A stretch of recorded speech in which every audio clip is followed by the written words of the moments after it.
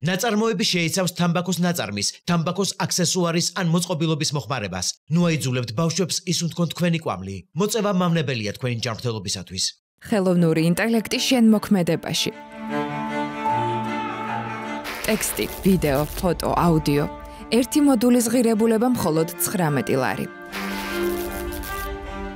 ჩვენ შევქმნით AI audience-ერი, ჩვენ შევქმნით AI news-ი, ჩვენ შევქმნით გაიდი ონლაინ მედიის AI IA და ახლა ჩვენ შევქმნით კურსი თქვენთვის. ხელოვნური ინტელექტის შენმოქმედება. ეს ხმაც ჩვენ შევქმნით ხელოვნური ინტელექტით. ეს გამოსახულებაც და ახლა შეგვიძლია გასწავლოთ შენც. ტექსტის, ფოტოს, ვიდეოს, აუდიოს შენმოქმედება. სერტიფიცირებული კურსი ნათია კუპრაშვილთან, ნინა ხელაძესთან და JRC-ის გუნდთან ერთად.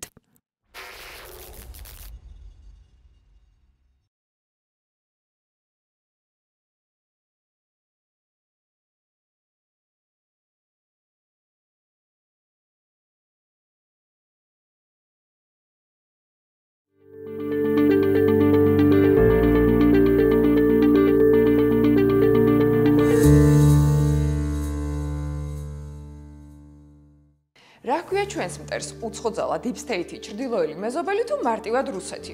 პასუხი იმაზეა დამოკიდებული საბჭოთა გენერალ-პოლკოვნიკ იგორ როდიონოვის კომპარტიის პლენუმზე ნათქვამ სიტყვებს, რომელი რაკურსიდან მკითხულობთ. იქ ხალხი კი არა ბრბო იყო. ამბობდა ის 9 აპრილს მიტინგზე შეკრებილების შესახებ. ბრბო, რადიკალები, შეცდომაში შეყვანილი ახალგაზრდები ამბობდნენ მაშინ და ამბობენ დღესაც. პარლამენტის წინ შეკრებილების მიმართ.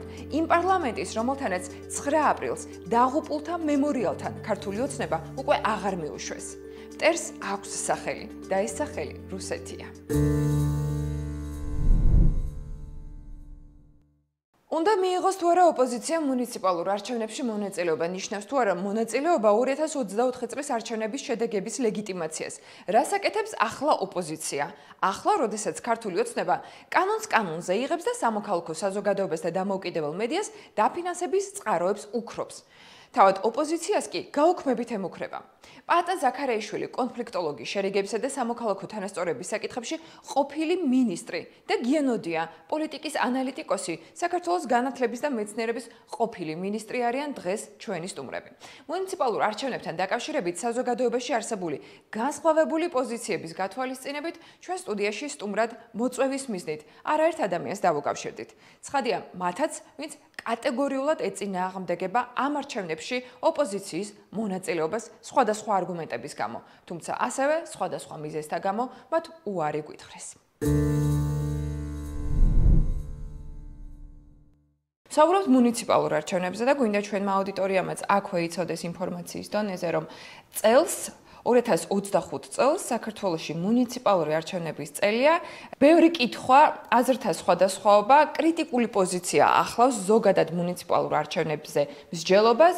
ამ ყველაფერზე ჩვენ დღეს ვილაპარაკებთ პატა ზაქარიაშვილთან, კონფლიქტოლოგი პირველ რიგში, რომელიც ეს სტატუსი გაქვთ თქვენ დღემდე, თუმცა ჩვენმა აუდიტორიამ იცის, რომ თქვენ წლების განმავლობაში შერიგების და სამოქალაქო თანასწორობის საკითხებში სახელმწიფო მინისტრი იყავით და ბატონი გიანოდია დაგვეხმარება, ასევე დავინახოთ ერთგვარად განსხვავებული კუთხიდან ამ თემაზე არსებული მოსაზრებები. ბატონი გია ასევე პოლიტიკის ანალიტიკოსი და ასევე ჩვენმა აუდიტორიამ იცის, რომ ის წლების წინ იყო საქართველოს მეცნიერების და განათლების მინისტრი. თქვენ მინისტრები იყავით განსხვავებული ხელისუფლებების პერიოდში.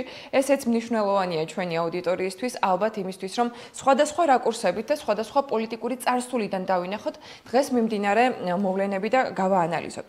პირველ რიგში გვინდა გავიგოთ და ვიცით ერთგვარად თქვენი პოზიცია ბატონ პატა, რომ თქვენ ემხრობით მუნიციპალურ არჩევნებში მონაწილეობას და ბატონ გიას ასე კაფიოდ გამოსახული პოზიცია არ აქვს, ვემხრობით თუ არ ვემხრობით, თუმცა ძალიან საინტერესო მოსაზრებები და შეხედულებები გაგაჩნიათ.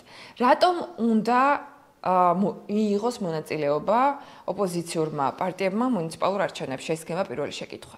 მოგესალმებით, ვიუსალმებით ჩვენს მაყურებელს, განსაკუთრებულად მივესალმებით ჩემს მეგობარს გიას ჩვენ მიხვდით იმისა რომ სხვა თავრობებში ვიყავით მაინც უფრო ერთი საერთო ისტორია გვაქვს მე ასე ვიტყოდი სამოქალაქო საზოგადოების ჩამოყალიბების პერიოდში და ჩვენ პატევია მასთან ერთად და ამზეთ მნიშვნელოვან საჯერბოდო საკითხებს საუბრისას რაც შეეხება არჩევნების მონაწილეობას არჩევნები მოდის კონსტიტუციით დადგენილია არსებობს რაღაც გარკვეული მცდელობები მოხდეს რაღაც დისკრედიტაცია არჩევნების ფენომენისა ის არავის არ მოუგონია არ არის ვალდამდელი არ არის ახალი ეს ადგილობრივი არჩევნები კონსტიტუციით გასაზრულია, არავის არ შემოუგდია, არავის არ დაუგეგმავს. თავისით მოდის, კალენდრით მოდის, ასეთი არჩევნები საქართველოს ტარდება რეგულარულად. ყოველ 4 წელიწადში ერთხელ საპარლამენტო, ადგილობრივი, ადრე საპრეზიდენტო იყო და აღარ არის საპრეზიდენტო და ყველა დემოკრატიულ ქვეყანაში, ახლა ჩვენ ახავთ ამერიკაში, ახლა ხალხს ჩატარდა თითქოს საპრეზიდენტო არჩევნები და ამავე დროს პარალელურად კონგრესის არჩევნები სხვადასხვა პალატებში, მაგრამ სულ რაღაც წელიწად ნახევარში ახალი შემდეგი არჩევნები იქნება. ანუ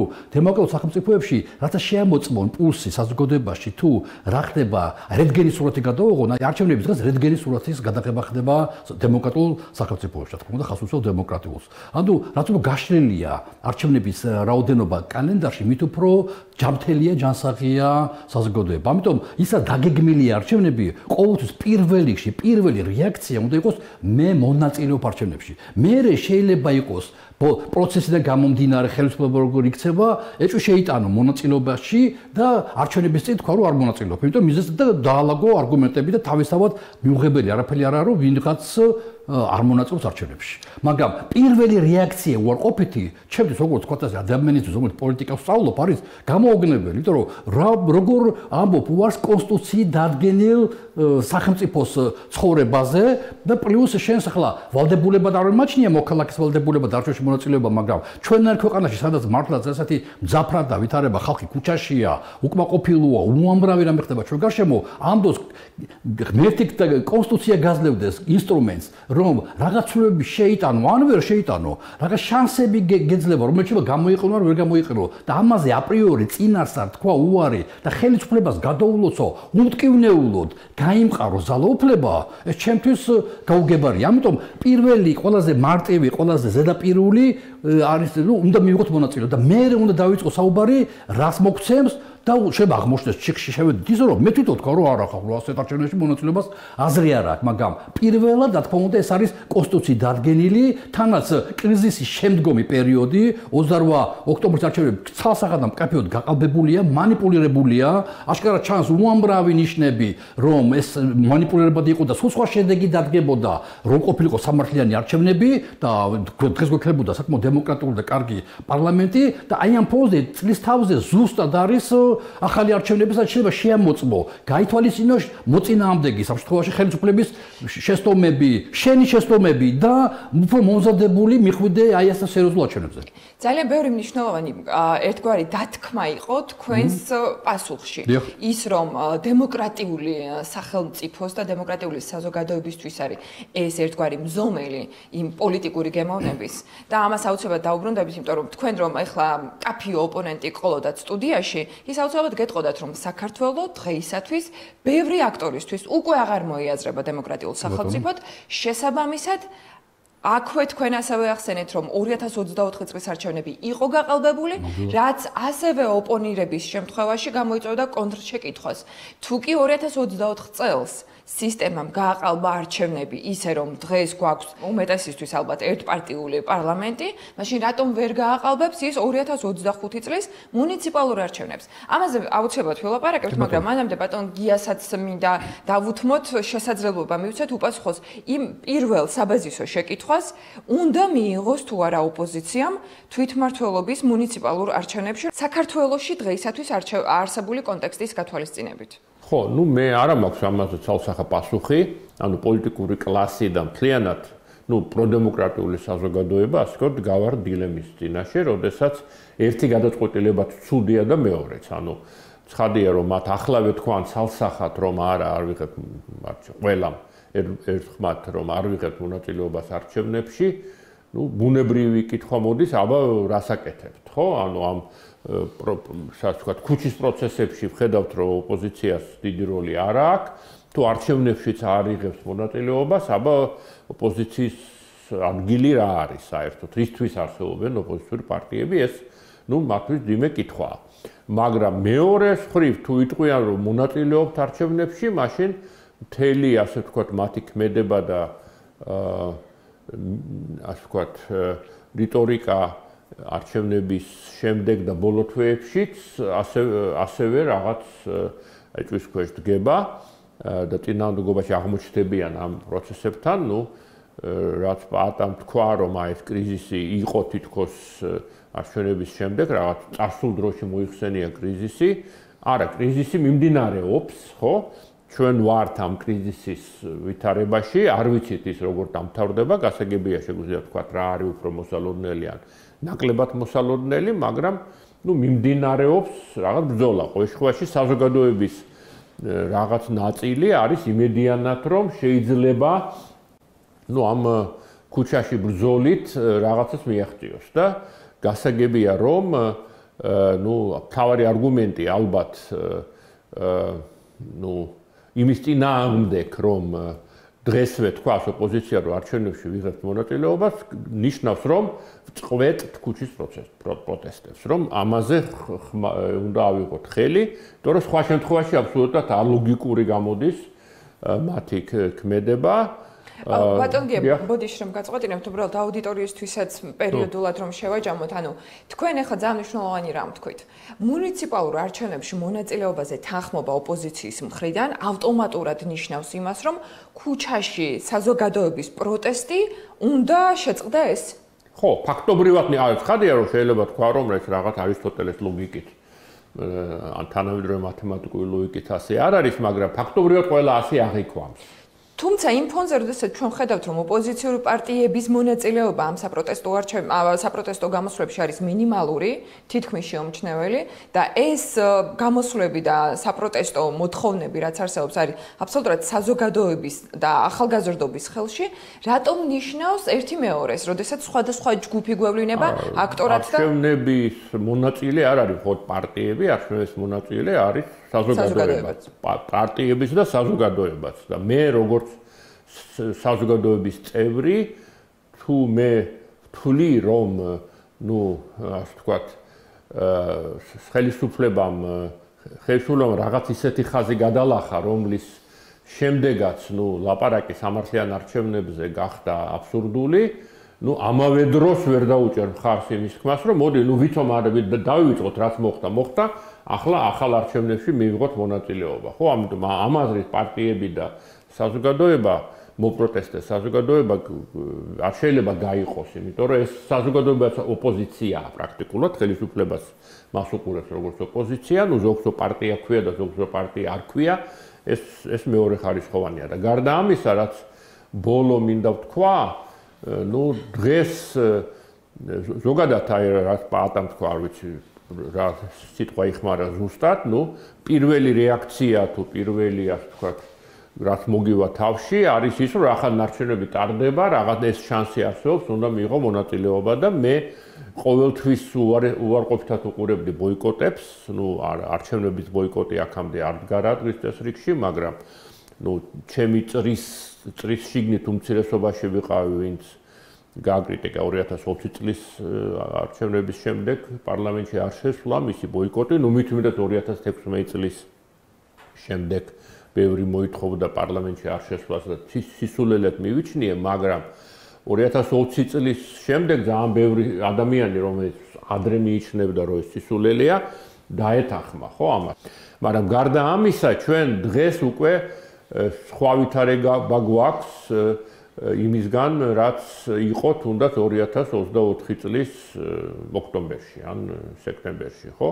დღეს ანონსირებულია ხელისუფლების მიერ, რომ პოლიტიკური ოპოზიცია არ უნდა არსებობდეს. ამიტომ ეს ცოტა თეორიულ საკითხს ვსჯელობთ, ჩემი აზრით, მე და პაატა უნდა მიიღოს თუ არა ოპოზიციამ მონაწილეობა არჩევნებში, იმიტომ რომ უფრო მეტი მოლოდინია, რომ ხელისუფლება გადაწყვეტს მათ მაგივრად.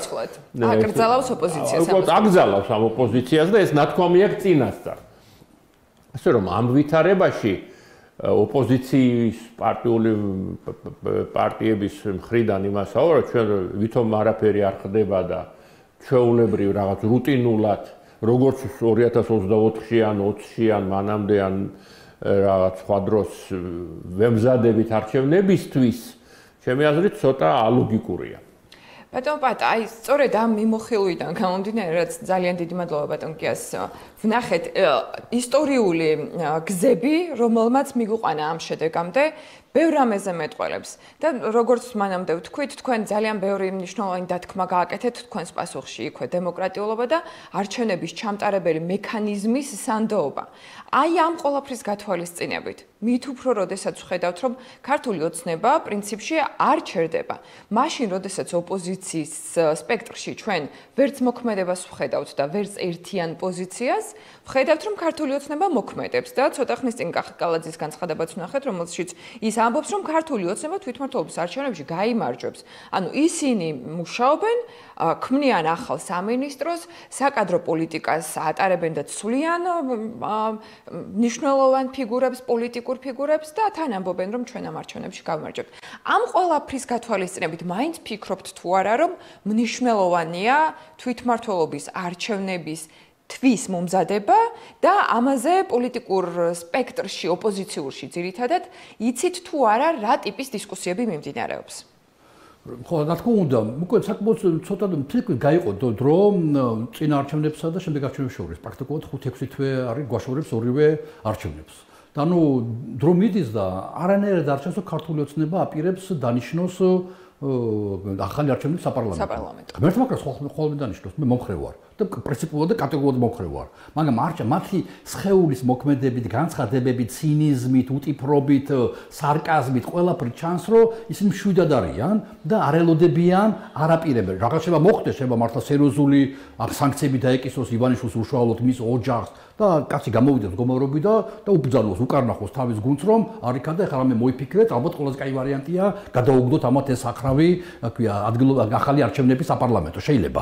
მაგრამ ჯერ არ ჩანს. მაგრამ ჩანს რომ იქნება ნამდვილად ადგილობრივი არჩევნები. ამიტომ რაც გვაქვს, იმას უნდა ზემოთ პროი ძალიან ცნობილი ერთ-ერთი სახე აქვს, რომ როცა ხამე აღმოაჩენ რომ შენი სადარბაზოს გასაღები დაკარგული გაქვს, შენ გასაღებს ეძებ არა იქ, სადაც შეგელო და გეკარგა.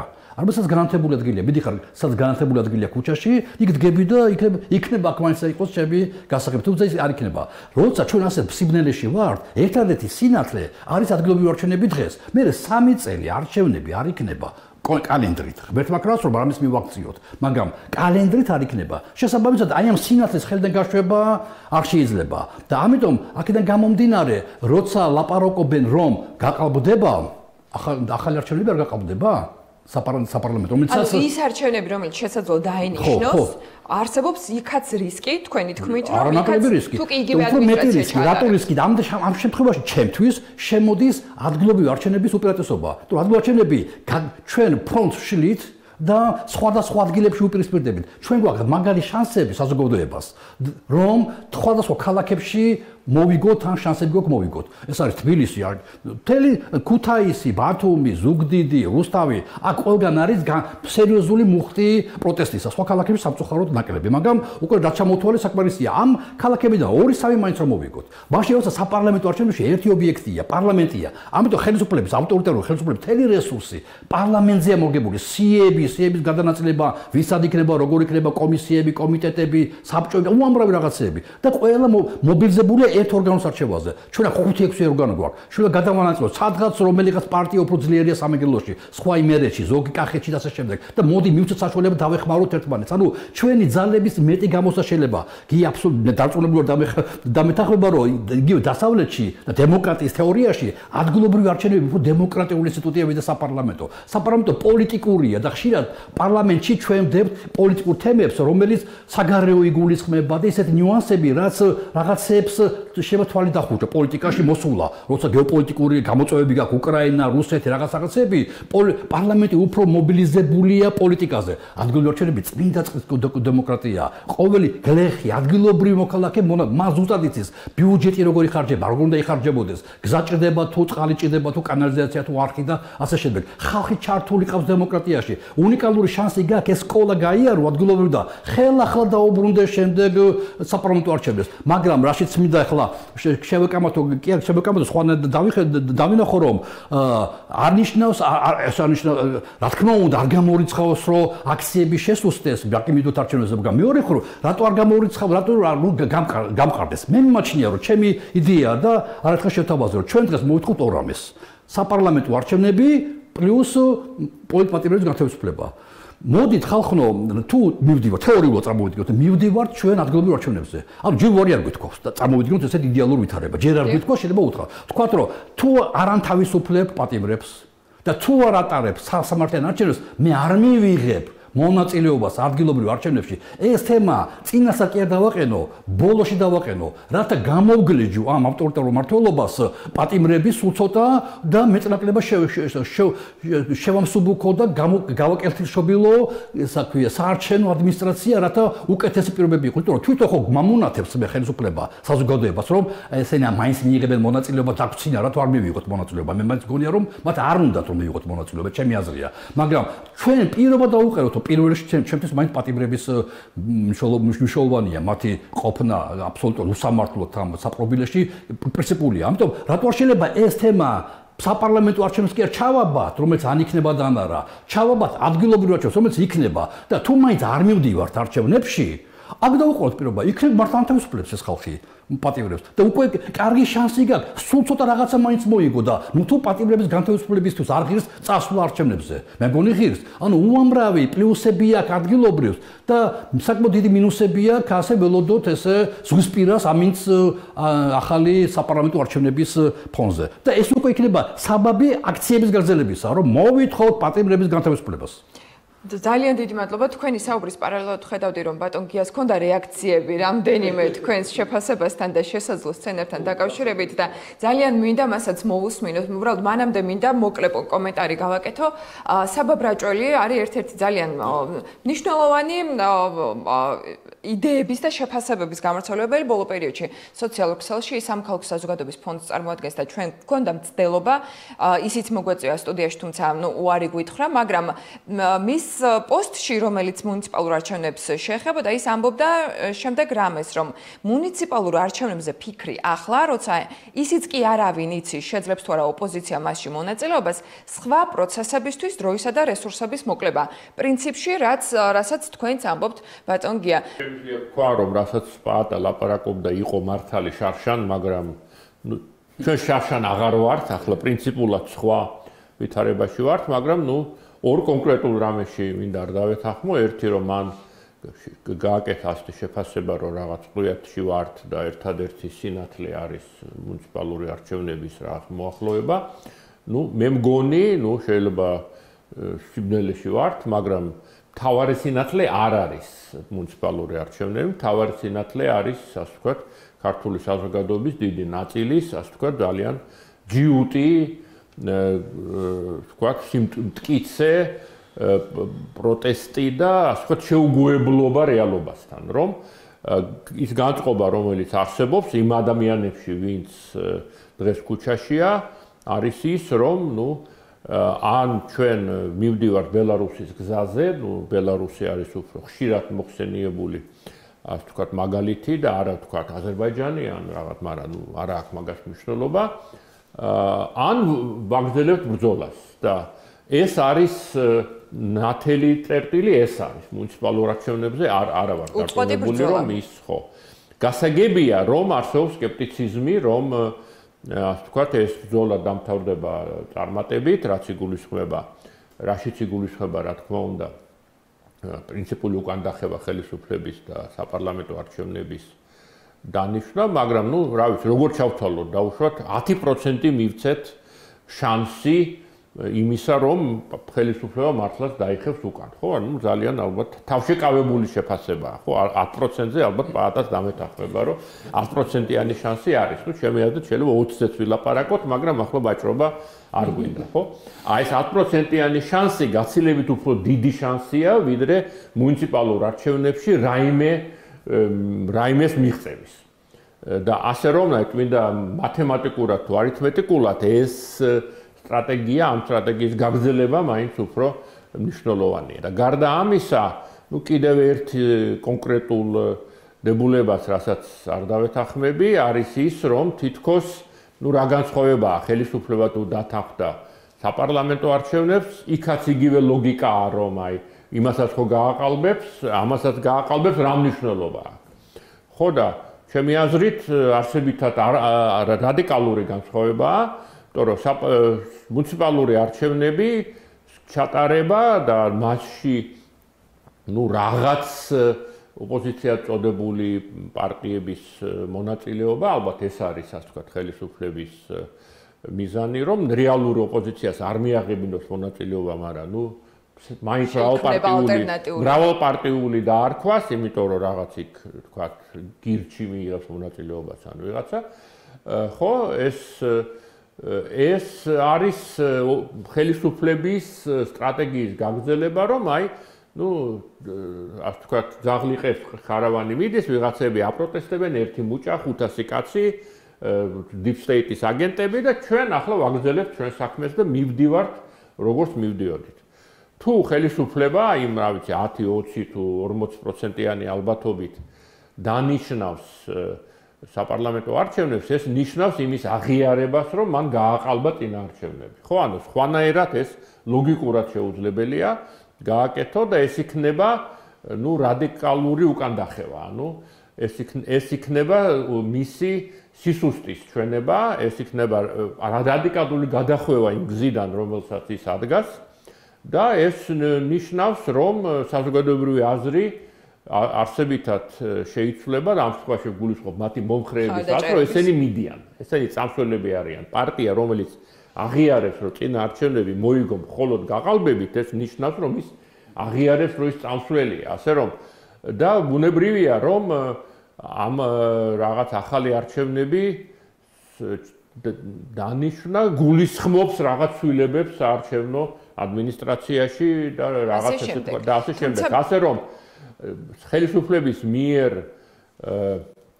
ასე ვთქვათ ახალი არჩევნების დანიშნა რამდენ პროცენტიანი ალბათობაც არ უნდა იყოს ის, ეს იქნება პირველი ნაბიჯი მისი წასვლისკენ და სწორედ ამ ალბათობაზე არჩევნების ჩატარება იქნება წმინდა ფასადური დემოკრატიის, ასე ვთქვათ, გაფორმება. შენარჩუნება, საბოლოო გაფორმება. წინა არჩევნები არ იყო ჯერ ფასადური, იმ აზრით, რომ ყოველშვაში ოპოზიციურ საზოგადოებას ჰქონდა წმენა, რომ ჩვენ შეიძლება გავიმარჯვოთ და ამ არჩევნებში ოპოზიციურ საზოგადოებას არ ექნება არანაირი იმედი, რომ ჩვენ შეიძლება გავიმარჯვოთ.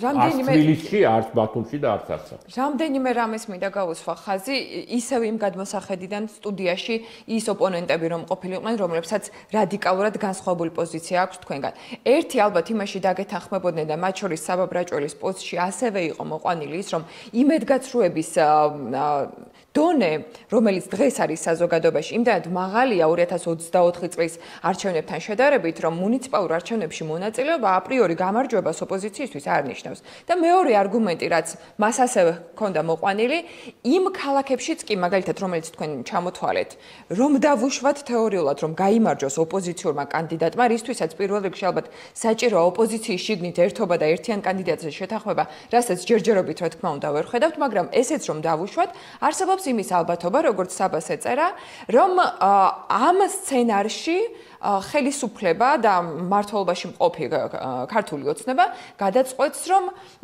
დაუპირისპიროს სხვა მექანიზმები, მაგალითად ბიუჯეტის მიწოდების ფორმები ან ბიუჯეტის შეწყვეტა და ასე შემდეგ. ანუ თვითონ იმ სცენარშიც კი, რომელშიც ოპოზიცია მონაწილეობს, ერთიანი კანდიდატი ყავს და იმარჯვებს კიდეც, ასევე არსებობს რისკები, სწორედ იქედან გამომდინარე, რომ დღეს შექმნილი წყობა სახელმწიფოს მართვის აღარ არის დემოკრატიული. დასუსტებულია სამოქალაქო ინსტიტუტები, დასუსტებულია მედია.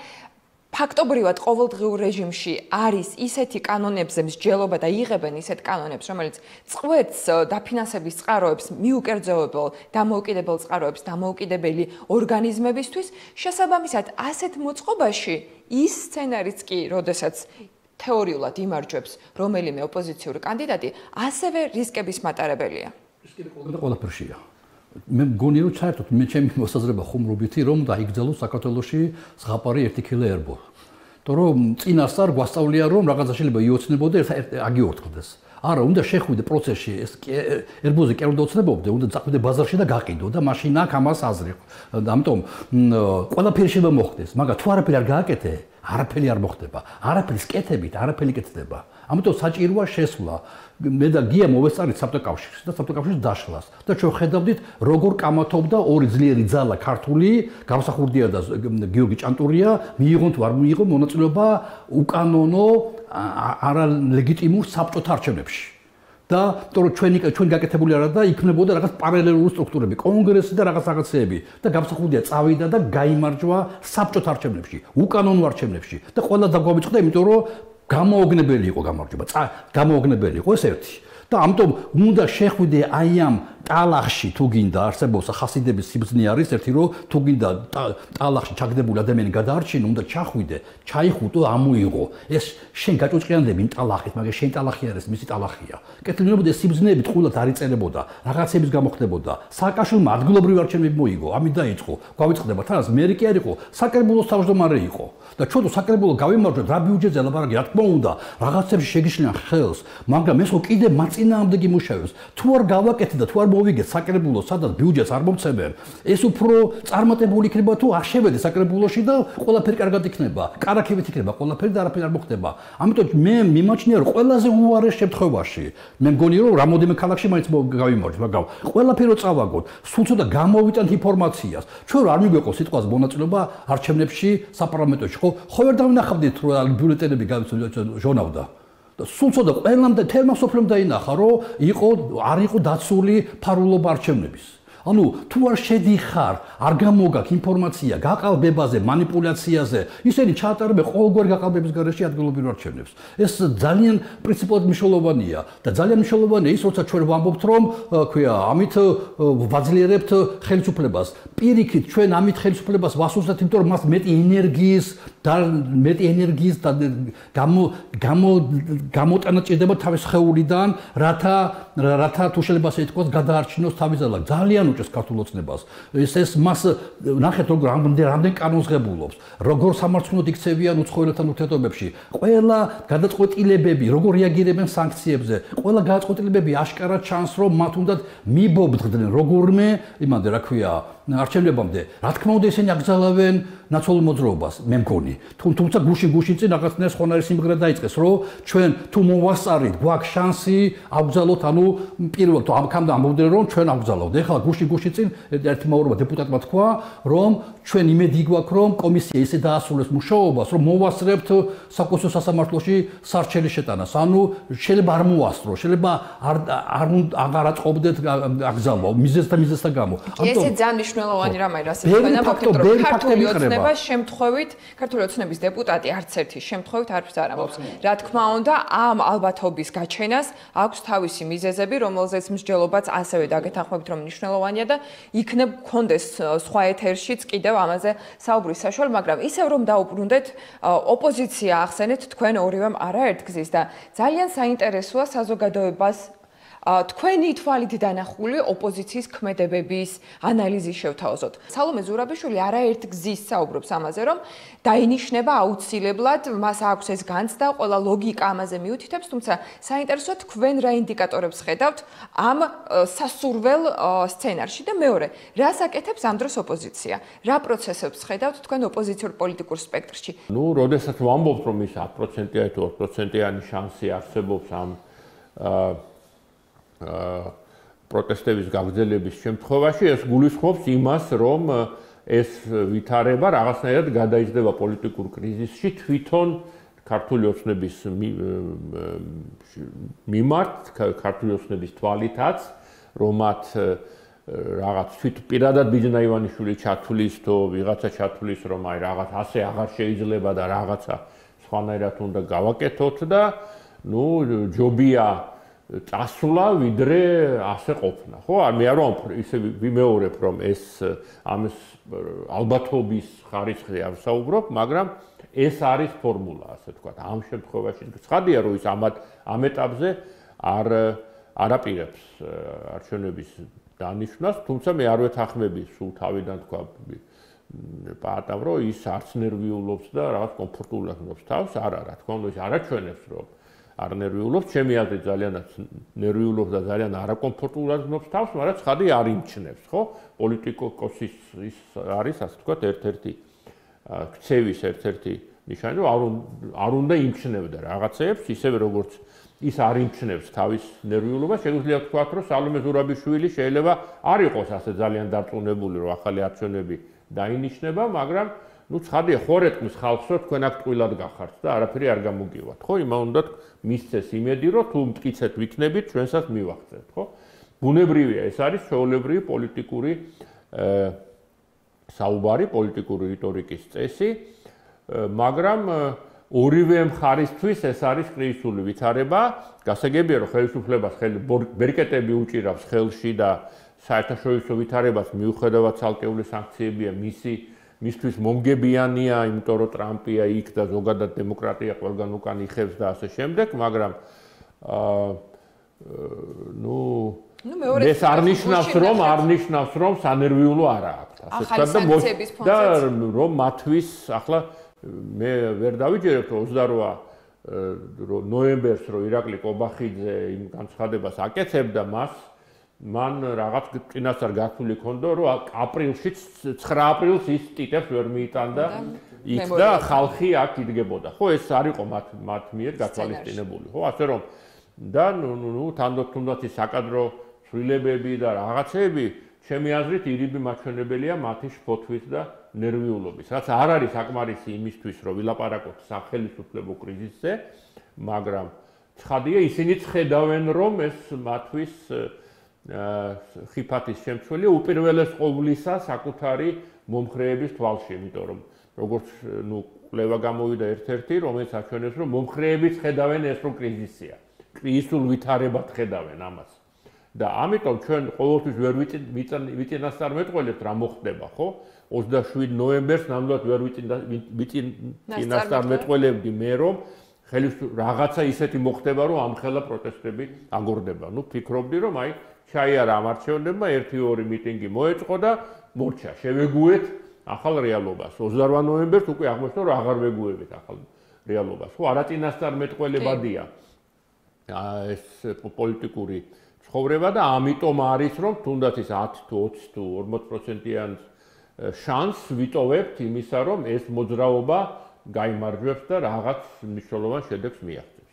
და რაც შეეხება იმას, როგორც თქვი, გავიმეორებ უბრალოდ, მე ვერ ვხედავ ამ ვითარებაში იმ შანსს, რომ თუნდაც თუ ოპოზიცია იტყვის, რომ არა, ჩვენ გადავწყვიტეთ პაატას დაუჯერეთ და გადავწყვიტეთ მონაწილეობა იმ პირობით, რომ პოლიტპატიურებს გამოუშვებენ, რომ რომელიმე ქალაქში, ან თბილისში, ან ბათუმში ოპოზიციას ექნება გამარჯვების რეალისტური შანსი, იმიტომ რომ რა ვიცი, შეუძლებელი მგონია, რომ ის შემართება და ის მობილიზაცია, რაც იყო ოქტომბრის არჩევნებში, განმეორდეს ამ არჩევნებში, იმიტომ რომ ვერ დაუბრუნებ ხალხს იმის წმენას, ხო? თავარი დასკვნა, რაც ხალხმა გამოიტანა ამ ოქტომბრის შემდეგ, რომ არჩევნებით არაფერი არ გამოდის ამ ხელისუფლების ხელში და ეს როგორ უნდა გადაუტრიალო, რომ არა, კაცო, როგორ არა, გამოვა, აი თბილისში გამოვა, ხო? არ ამგონია ეს. რას აკეთებს ახლა ოპოზიცია იმის პარალელურად, რასაც აკეთებს ქართული ოცნება და რას უნდა აკეთებდეს წესით, თქვენი ლოგიკით და თქვენი სცენარის მიხედვით? შეიძლება ადგილობრივი არჩევნები არ არის ერთადერთი გამოსავალი. ეს კონსტიტუციამ დაგვიდგინა, თორე რომ არ იყოს, ალბათ ჯობია. მაშინ უფრო კაფეო იქნებოდა საპარლამენტო არჩევნების მოთხოვნა, უფრო კაფეო იქნებოდა პოლიტპატიმრების განთავისუფლება და ეს გაჩხერილი არ გვექნებოდა ყელში ადგილობრივი არჩევნებზე მსჯელობა. როგორც დიდი მადლობა, რასაც თქვენ ახლა ამ წუთში გვთავაზობთ ამაზე ვიმსჯელოთ რა. არ იქნებოდა სამსჯელო. ღრმად ვარ დარწმუნებული, ადგილობრივი არც ქართულსაც არ შეჭირდება. აი აბსოლუტურად უაზროდ დაატეხა თავს კონსტიტუციამ ეს ვალდებულება. ეს არ არის ივანიშვილის შემოგდებული თემა, როგორც ზოგიერთი ამბობს. ეს არის კონსტიტუციის მიერ შემოგდებული თემა. ამ ფონზე ეს არ არის ერთადერთი გამოსავალი და მithume სულ არა გამოსავალი, მაგრამ ეს არის შანსი. შანსი რომ აი ამ გზაზე ჩვენ ხა მივდივართ ევროპის გვინდა შემოვაწყლიოთ სახელმწიფო ავტორიტარიზმიდან გადავიყვანოთ ის ევროპის გზას რომ ღია კარები ღია ეს არ არის რაღაც 3 წლის უკანდელი წინანდელი ამბავი როცა ჩვენ მე ვერც მიოცნებებდი უახლოს 10 წლის განმავლობაში ევროკავშირში გაწევრიანების შანსებს და უცებ მეორე დღეს გაჩნდა შანსი როცა მოგვეცა რომ შეგვეტანა განაცხადი კანდიდატურა სულ სხვა გვაქვს ავტორიტარიზმი და ამოდოს გამოიკვეთა ავტორიტარიზმი იმ წყნარ ვითარებაში რაც იყო ქართულ ოცნება უცებ მას გავუჩნდა გამოწვევა არიქადა მიგვათრევენ ევროპაში სხვა გზა თუ ხალხმა მოითხოვა ეს თუ გახსოვთ როცა მოლდავეთმა და უკრაინამ შეიტანა განაცხადი ქართულ ოცნებმა არ შეიტანა განაცხადი ეს ყველა დაგავიწყდა თითქმის და ხალხის ნებით მოხდა რათა დააჩქარეს და შეიტანეს განაცხადი ანუ სულ არ იყო მათი არჩევანი ეს 28 თუ რაღაცა წელს ელოდებოდნენ ისინი ასოცირების შეთანხმების ამიტომ ეს სულ არა ამიტომ გამძაფრდა ავტორიტარიზმის გზაც გამოიკვეთა მკვეთრი გახდა მკაფიო გახდა ამ ფონზე მართლაც თუ რამე აძლიერებს დღეს ორი სუსტი ენერგია დღეს არსებობს საქართველოში სუსტი მთავრობა და სუსტი ოპოზიცია ერთადერთი რაც მე მაძლიერებს პირადად მე რასაც გემას აღნიშნა ეს არის საზოგადოების აქტიურობა რომელიც პიკზე ბევრი გამოდიან თუმცა რაღაც გარკვეულ ჩოლებულ დღეებში არის მკაფიო გამოკვეთილი ნების შენახვა კი ნამდვილად მაგრამ სხვა მხრივ ქართულ ოცნებას აძლიერებს სუსტი ოპოზიცია სუსტ ოპოზიციას აძლიერებს სუსტი ხელისუფლება. ეს რაღაც უცნაური რაღაცა ორი დაღლილი გლადიატორი, რომელიც ბოლო შანსია ჯაარტყას მეორეს გულში, რომ როგორც ჩაარტყას მაშინ დაეცემა და თუ არ მოკვდება, ქვია, ხონი გამოეცლება. აი ესეთი მომენტია და ერთადერთი ძალა რაც აქვს ოპოზიციას, ეს დაემსგავსენ საგარეო საქმეთა სამინისტროს თანამშრომლებს. ესე გუფო ძლიერები არიან ბრიუსელში, ვაშინგტონში და ჩამოდიან და გვიყვებიან რა კარგად ილაპარაკეს მათ ბრიუსელში, როგორ შეახსენეს მათ რომ საქართველოს საჭიროა პოლიტპატიმრები არსებობდა განთავსება. უკაცრავად თქვენ საქმე იქ არ არის. იარეთ პრობლემა არა, მაგრამ იმდენი დრო დახარჯეთ აქ რეგიონებში სასიარულოდ და რათა აუხსნათ რატო არ მონაწილეობ თუ არ მონაწილეობ არჩევნებში. არათუ უნდა მიიღო მონაწილეობა თუ მღებულობ მონაწილეობას არჩევნებში. 4-5 თვე დაგვრჩა ჩვენ ძალიან ცოტა დღეს აი ამ წუთში დანიშნოს ქართულ ოცნება ჩვენ გავიდეთ გარეთ აღმოჩნდეს რომ დანიშნა მაისის ბოლოს დაინიშნება საპარლამენტო არჩევნები დო დანიშნოს ერთი თვე მაინც ჭირდება კონსტიტუცია და ასე შემდეგ არა და არ მოხდება ესა უკეთეს შემთხვევაში თუ დანიშნა ქართულმა ოცნებამ საპარლამენტო არჩევნები და გიას ამაში არ დავეთანხმები და იმის ამათ კარგად გააფორმებს ხალხის მოთხოვნიდან გამომდინარე ამდენ ხალხი ქუჩაში არიან ამიტომ ჩვენ ვართ რა დემოკრატები ამიტომ მივდივართ ამ დათმობაზე რა კი გჭირდებათ რომ კიდევ ერთხელ დაგიდასტუროთ და ეხლა ნახავთ რომ მოგიგებთ ორივე არჩევნებში და თუ დანიშნა მაინც საპარლამენტო არჩევნები დანიშნავს მხოლოდ ადგილობრივი არჩევნების დღეს ერთ დღეს იქნება ორივე არჩევნები და კიდევ დააბნევს ისე და დაბრინჯივით დაბნეულ ოპოზიციას და აღარ ეხწოდინებათ მე თითქმის ეხლა 100%-იანი არ ჯერა მაგრამ 40-60-ზე ჯერა რომ შეიძლება დანიშნონ საპარლამენტო არჩევნები რატომ კი არა რომ დაუთმონ არა მათ ჭირდებათ საკონსტიტუციო უმრავლესობა ქართულმა ოცნებამ ჩააგდო საშინაო დავალება რუსეთის წინაშე. მათ ვერ შეასრულეს 54% უაზრობა, აბსურდია, ბოდვა. რო დაეწერათ 59% უფრო დამაჯერებელი იქნებოდა, იგივე შედეგი ექნებოდა რაც ახლა აქვს და გაყალბება არ იყვირებდა ასე. მათ ჭირდებოდა 60-ზე ცოტა მეტი პროცენტი, რაცა საკონსტიტუციო უმრავლესობა მიიღოთ. მათ ხალხი სულ არ ადარდებს, საქართველოს სულ არ ადარდებს. მათ ჭირდებათ პუტინის წინაშე გაიმართონ თავი და ის პირობა რომ ამოიღებდნენ კონსტიტუციიდან ნატოს და ევროკავშირს შეასრულა. ამიტომ თუ დანიშნავენ ადგილობრივი არჩევნების დღეს და გაყალბებენ იმდენად რომ მაიღონ საკონსტიტუციო უმრავლესობა. აი აქეთკენ წავლენ და შესაბამისად ისინი გააფორმებენ ამას როგორც საჭიროა ისე თუ მაინც არჩევნები მგონი ისე ჩუმად არიან ამ არჩევნებზე და ისე იმდენად ძალიან არ ღიზიანდებიან საპარლამენტო არჩევნების დანიშნვაზე რომ შეიძლება ეს მომენტი გააკეთონ ან გაატარონ მაგრამ პუტინს არასდროს არ შეუფასებია საქართველოს რაც კი უკრაინაში შეიჭრა არასდროს შეუფასებია ერთადერთი შეაფასა არა არჩევნების დროს არა რუსული კანონის მიღების დროს არა იგივე ფარაზე ახლა ერთადერთხელ შეაფასა და შეაქო ქართველი ერი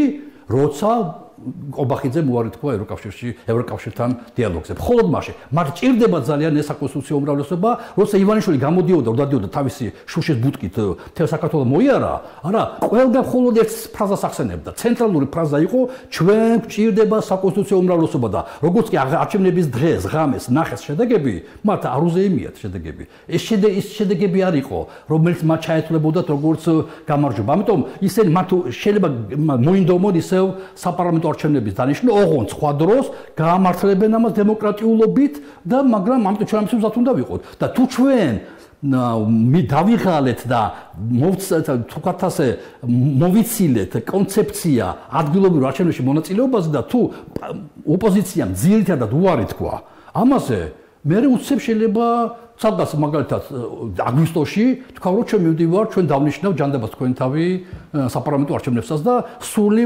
პარალელიზაცია მოხდება ქვეყანაში. ამიტომ ჩვენ უნდა ვიყოთ ამისთვის და თუ შენ ემზადები ადგილობრივ არჩევნებისათვის ასეთ კრიტიკულ სიტუაციაში აღმოჩნდები რომ შემზადდა ხარ საპარლამენტო არჩევნებისათვის და პირიქით მოდუნებული იქნება. მე დავდივარ აქციებზე ყოველთვის არა სამწუხაროდ, მაგრამ სულ გვაკლია სალაპარაკოთებები. იქ ადგილზე არა ყოველთვის ლაპარაკობთ, ხალხს რაზე ველაპარაკოთ. როგორც მე ვამბობ, მართლა მე არ მინდა რომ ჩამთვალონ თითქოს აგიტატორი ვარ და მან და მაინც, მაგრამ ვიდრე ადგილ არჩევნებს არ გავივლით, მანამდე ეს თემა ყოველთვის ამოვარდება, გინდა თუ არ გინდა და როგორც კი ჩვენ დავნიშნავთ ჩვენ თავში და ვაღიარებთ რომ ადგილ არჩევნებზე მივდივართ, უცებ გაჩნდება თემები.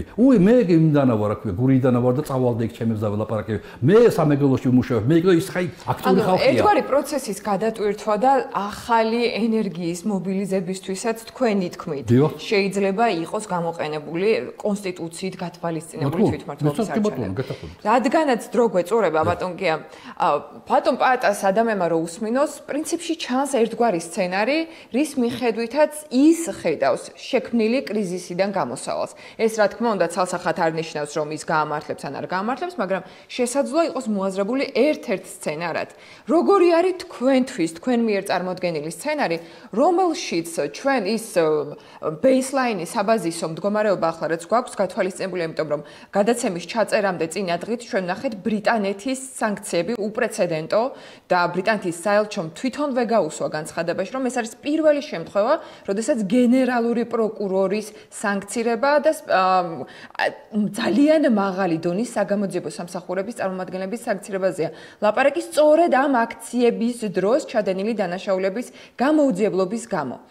სანქციებზე ირიბად ჩვენ ვისაუბრეთ, თუმცა თქვენ სცენარში თუ გექნებათ შესაძლებლობა ამაზეც რომ გვესაუბროთ, სანქციებს რა როლი შეიძლება ჰქონდეს და რამდენად უნდა ველოდოთ ბიძინა ივანიშვილის და მისი ოჯახის სანქცირებას თვითმმართველობის არჩევნებამდელ პერიოდში ან იმ პოტენციურ არჩევნებამდე მიმყვან მექანიზმად, რომლისთვისაც საზოგადოება უწყვეტად უკვე თითქმის 150 დღეა ქუჩაში დგას. თქვენ რაღაცნაირად ორი თემა გადავიდეთ. ცოტა დრო გვაქვს და ვცდილობ რომ შევკუმშო. ხო, მაგრამ სცენარებია რა თქმა უნდა მთავარი, მე ჩემი აზრით არის ორი სცენარი, მე უფრო შეიძლება პესიმისტური ვიყო ამ შემთხვევაში, არის ერთი სცენარი კრიზისის დასრულების, ერთი სცენარი ეს არის ის რომ რაღაცნაირად შევეგუეთ ვითარებას და თქვით რომ აი წავაგეთ და ეს არის და ეს და ხდებით მართლაც ახლა რამდენად ბელარუსის ბოლომდე ბელარუსი გავხდებით თუ რაღაც მიუახლოვდებით ეს უკვე კამათის საგანია, მაგრამ კრიზისის დამთავრება, ასე ვთქვათ, სიტყვა კრიზისის დამთავრების ერთი აზრი ეს არის, რაც როგორც ხელისუფლებაც ხედავს კრიზისის დამთავრებას, ეს იქნება კრიზისის დამთავრება, ანუ იმის თქმა რომ აი კრიზისი აღარ არის, არის ჩვეულებრივი ვითარება, ოღონდ სხვა ჩვეულებრივი ვითარება, რომელიც თუნდაც იმისგან განსხვავებული, რაც იყო 2024 წლის სექტემბერში ჯერ კიდევ. სადაც ოპოზიცია პრაქტიკულად აღარ არის, სამოქალაქო საზოგადოებაც პრაქტიკულად განადგურებულია და დამოუკიდებელი მედიის არსებობაც სუბცირე ეჭვის ქვეშ დგას, ხო? ესეთი ვითარება არ ქონია ჩვენ მთელი დამოუკიდებლობის პერიოდის მანძილზე და ახლა იქმნება ჩვენს თვალწინ და ეს იქნება კრიზისის დამთავრება, ხო? მეორე რაც როგორც თქვი, ამისი ალბათობა შეიძლება ახლა არ ჩანს გამოკვეთილად, მეორე ეს არის რაღაც ქუჩის კრიზისის გადაზრდა სამთავრობო კრიზისში და რაღაც რადიკალური ცვლილებების მიღწევა.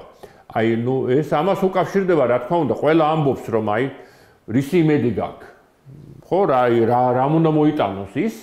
ჩემი პასუხია, რომ არ ვიცი, მაგრამ არაწინასწარ მეტყველებადია პოლიტიკური ცხოვრება და ამიტომ შეიძლება მე ვერ ხედავდე, მაგრამ მოხდეს, იმიტომ რომ ხშირად მომხდარა. ხო, როდესაც შეცვლილება მომხდარა საქართველოში, წინასწარ ყოველთვის პესიმისტურად იყო განწყობილი, რომ ესენი არ წავლენ, რაღაც იზამენ, ამას იზამენ და არაფერი არ შეიცვლება და მერე იცვლებოდა. ხო, პარტამ თქვა, რომ აი კომუნისტებმა რო დათმეს ხელისუფლება, ესეც სასწაულად მიგვაჩნდა, მაგრამ ეს მოხდა. ხო, ამიტომ ის რაც სასწაულად მიგვაჩნდა და ნაკლებ ალბათობით ხანდახან ხდება ხოლმე, ასე რომ, მაგრამ მეორე სცენარი ეს არის. ხო, ანუ მე რაღაც სხვა სცენარს ვერ ვხედავ და რაც შეეხება, მაგრამ იმისაც, მაგრამ მეორე და ეს ბოლო ის თითქმება აი ამ მეორე, ასე ვთქვათ, ჩემი აზრით და ალბათ ჩვენი აზრით ოპტიმისტური სცენარის განსახორციელებლად რა ფაქტორები იმოქმედებს, მე არ მგონია რომ ასე ვთქვათ, სანქციები თავისთავად გადამწყვეტი ამისთვის, მაგრამ ეს მნიშვნელოვანი ფონია, ასე ვთქვათ, მნიშვნელოვანი ფონია, ქართული ოცნების, ასე ვთქვათ, პოლიტიკური გუნდის ერთიანობის და ნებისყოფის შესაძლებლად. კი ბატონო.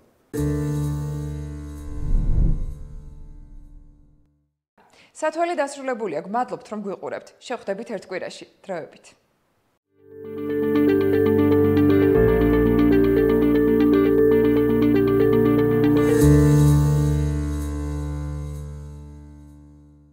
ხელოვნური ინტელექტი შენმოქმედებაში. ტექსტი, ვიდეო, ფოტო, აუდიო. ერთი მოდულის ღირებულება მხოლოდ 19 ლარი. ჩვენ შევქმნით AI audience-ერი, ჩვენ შევქმნით AI news-ი, ჩვენ შევქმნით გაიდი ონლაინ მედიის AI IA და ახლა ჩვენ შევქმნით კურსი თქვენთვის. ხელოვნური ინტელექტის შენმოქმედება. ეს ხმაც ჩვენ შევქმნით ხელოვნური ინტელექტით. ეს გამოსახულებაც და ახლა შეგვიძლია გასწავლოთ შენც. ტექსტის, ფოტოს, ვიდეოს, აუდიოს შენმოქმედება. სერტიფიცირებული კურსი ნათია კუპრაშვილთან, ნინა ხელაძესთან და JRC-ის გუნდთან ერთად.